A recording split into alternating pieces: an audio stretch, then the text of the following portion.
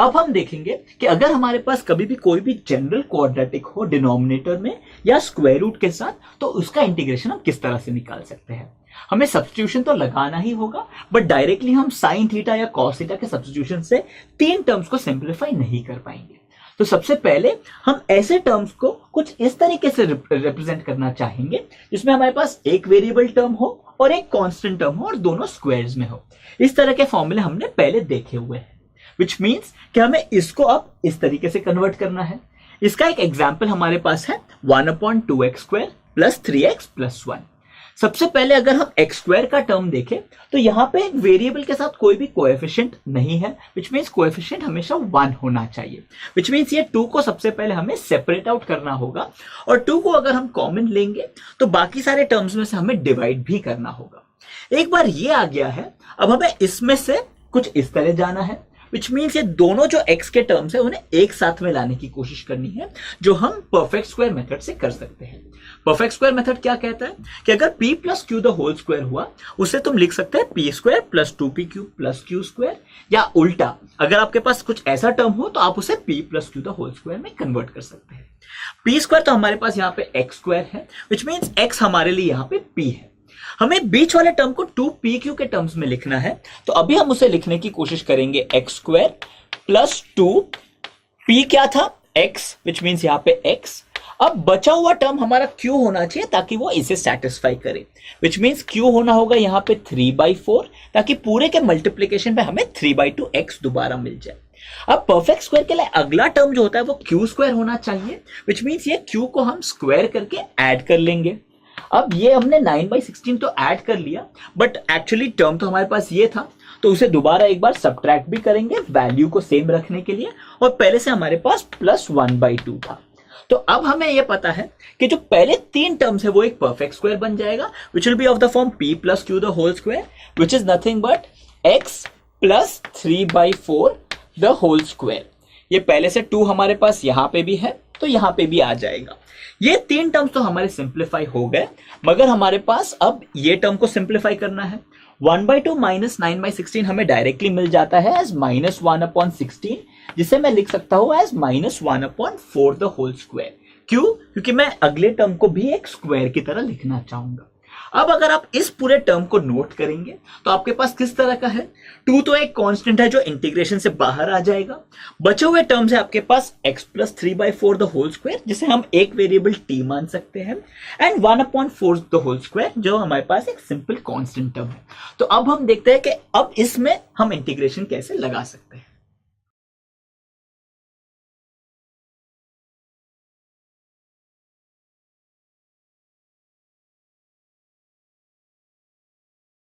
तो perfect square के simplification से हमें कुछ इस तरीके के टर्म्स मिल गए हैं। अब हम इसे कंपेयर करते हैं स्टैंडर्ड इंटीग्रल से जो हमने देखे। 1/x² - a² का कुछ इस तरीके का इंटीग्रेशन है जो हमने कुछ देर पहले देखा था, बट ये था जब यहाँ पे x² था। अब x² के बदले हमारे पास यहाँ पे है x + 3/4 the whole square. This is of the form ax + b, which means this is of the form f of ax + b।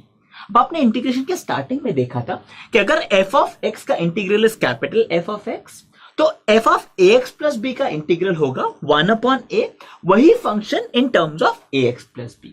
अब अगर आप कंपेयर करेंगे तो क्योंकि x का कोएफिशिएंट 1 है और यहाँ पे हमेशा x का कोएफिशिएंट 1 ही होगा क्योंकि हमने 2 को पहले ही बार लिया था, हम डायरेक्टली इसे इस फंक्शन में डाल सकते हैं, विच मीन्स हम इस पूरे टर्म को इस टर्म में डाल सकते हैं और 1/a सिंपली हमारे पास 1 हो जाएगा। तो अगर इस फंक्शन को, अब इस फॉर्मूला को अगर मैं कंपेयर करने की कोशिश करूं तो इस वाले से मैं देख सकता हूं कि जो 1/4 है वो मेरा a का टर्म होगा और जो x + 3/4 है वो मेरा x का टर्म होगा यहाँ पे। तो इस पूरे फॉर्मूले में मैं a के जगह 1/4 लिख के ये लिख दूंगा और लॉग के अंदर x के जगह पे x + 3/4, a के जगह पे 1/4 लिख के ये वाला आंसर ला लूंगा। आप इसे सिंप्लीफाई कर सकते हैं और आगे, जो मैंने अभी तक नहीं किया है। इस फॉर्मूला, इस क्वेश्चन में हमने ये देखा कि सबसे पहले हमें इस टर्म को सिंप्लीफाई करना है using the perfect square method, और परफेक्ट स्क्वायर करने के बाद में कंपेयर करना है इससे एक स्टैंडर्ड इंटीग्रल से। x के जगह पे ये पूरा टर्म डालना है और a के जगह पे ये टर्म डालना है।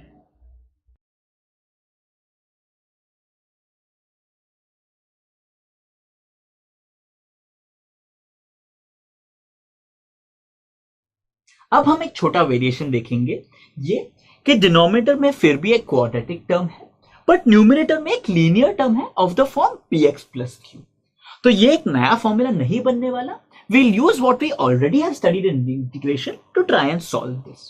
हमें यह पता है कि अगर इस डिनोमिनेटर को हम डिफरेंशिएट करेंगे तो उसका जो फॉर्मेट आने वाला है वो एक लीनियर टर्म बनने वाला है, और ये हम जरूर कर सकते हैं कि इस न्यूमरेटर को as some multiple of the differentiation of the denominator को हम लिख सकते हैं, which means that we could write px plus q as some constant into the differentiation of the denominator plus another constant, और a और b को हम किस तरह से निकाल सकते हैं, by comparing the coefficient of x on both sides and the constant term on both sides. एक बार हम इस तरह से लिख पाएंगे, हम इन दोनों टर्म्स को सेपरेट कर पाएंगे और ये दोनों स्टैंडर्ड इंटीग्रल्स बन जाएंगे। To see how this is used, हम एक सैंपल एग्जांपल देख लेते हैं। हमारे पास एक लीनियर टर्म है यहाँ पे और एक डिनोमिनेटर में क्वाड्रेटिक है। मैं चाहता हूं कि इस न्यूमरेटर को आप लिखें in the form of a into differentiation of the denominator plus b, और a और b को ढूंढ निकालने की कोशिश करें। एक बार आपको कर रहे, उसके बाद में हम सवाल को आगे देखेंगे।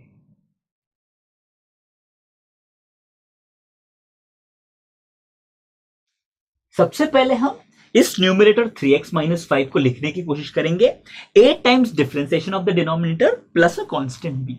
डिनोमिनेटर का डिफरेंशिएशन क्या आएगा, 2x स्क्वायर का 4x, 3x का 3। अब ये करने के बाद हमें x के कोएफिशिएंट को कंपेयर करना है और कांस्टेंट टर्म को कंपेयर करना है।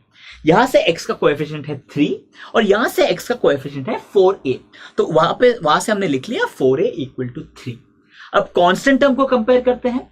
एक साइड पे हमारे पास है -5, ये साइड पे कांस्टेंट टर्म्स क्या होंगे, a एक कांस्टेंट है तो a इंटू 3 एक कांस्टेंट होगा प्लस b एक दूसरा कांस्टेंट होगा, तो यहां से हम लिख सकते हैं 3a plus b equal to -5।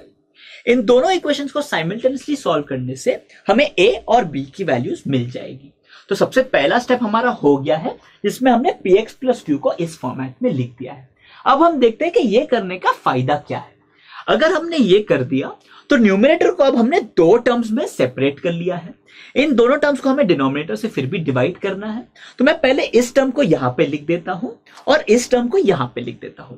अब आप ध्यान दें कि अगर जब हमने इसे डिफरेंशिएट किया था तो हमें ये वाला वैल्यू मिला था जो हमारे पास यहां पे है, विच मीन्स कि अगर मैं इस पूरे टर्म को f ऑफ x कहूं तो ये टर्म हो जाएगा f डैश x। ये तो एक कांस्टेंट टर्म है जो बाहर चले जाएगा। तो ये इंटीग्रल किस टाइप का है, आप रेकग्नाइज कर सकते हैं कि आपने ये पहले देखा है।